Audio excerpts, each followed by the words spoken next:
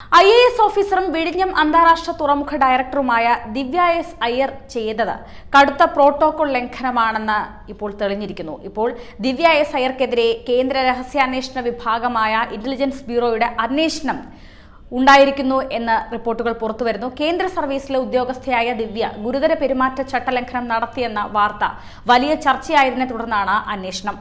മന്ത്രി കെ രാധാകൃഷ്ണൻ പത്തനംതിട്ട കളക്ടറുടെ ഔദ്യോഗിക വസതി സന്ദർശിച്ചപ്പോൾ എടുത്ത ഫോട്ടോയായിരുന്നു വിവാദങ്ങൾക്ക് വഴിവെച്ചത്.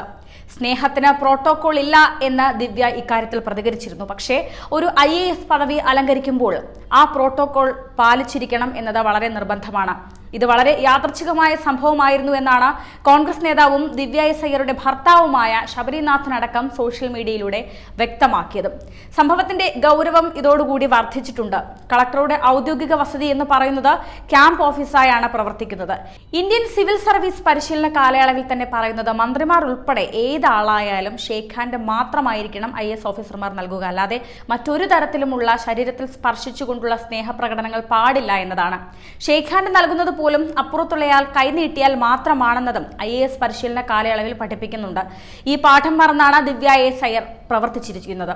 ഇത് ഗുരുതര ചട്ട ലംഘനമായാണ് വിലയിരുത്തപ്പെടുന്നത്. മന്ത്രിയെ കെട്ടിപ്പിടിക്കുന്ന ഫോട്ടോ എടുപ്പിക്കുക മാത്രമല്ല, അത് സോഷ്യൽ മീഡിയകളിലൂടെ പ്രചരിപ്പിച്ചതും അതിനെ മാധ്യമങ്ങളിലൂടെ പരസ്യമായി ന്യായീകരിച്ചതും മുതിർന്ന IAS ഉദ്യോഗസ്ഥരെ പോലും ഞെട്ടിച്ചിരിക്കുന്ന സംഭവമായി മാറിയിട്ടുണ്ട്. മാധ്യമങ്ങൾക്ക് മുൻപിൽ പ്രതികരിക്കുന്നതിന് പോലും ഉന്നത ഉദ്യോഗസ്ഥരിൽ നിന്നും അനുമതി ആവശ്യമാണ് ഇത്തരക്കാർക്ക്.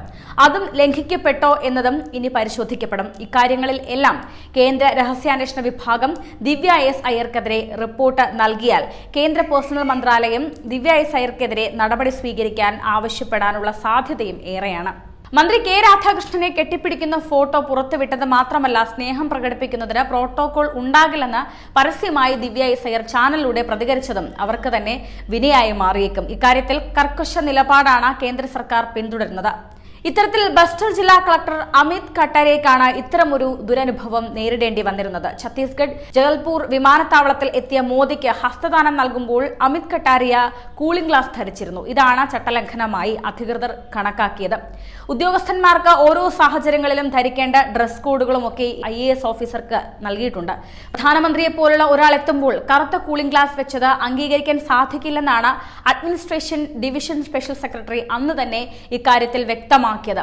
IASകാർ ഉൾപ്പെടെയുള്ള കേന്ദ്ര സർവീസിലെ ഉദ്യോഗസ്ഥരുടെ പ്രവർത്തികൾ നിരന്തരം കേന്ദ്ര ഏജൻസികൾ മോണിറ്റർ ചെയ്തു വരുന്നുണ്ട്. അവരുടെ റഡാറിൽ തന്നെയാണ് ഇപ്പോൾ വിവാദ ചിത്രവും ദിവ്യ എസ് അയ്യരുടെ വിവാദ ചിത്രവും കുടുങ്ങിയിരിക്കുന്നത്.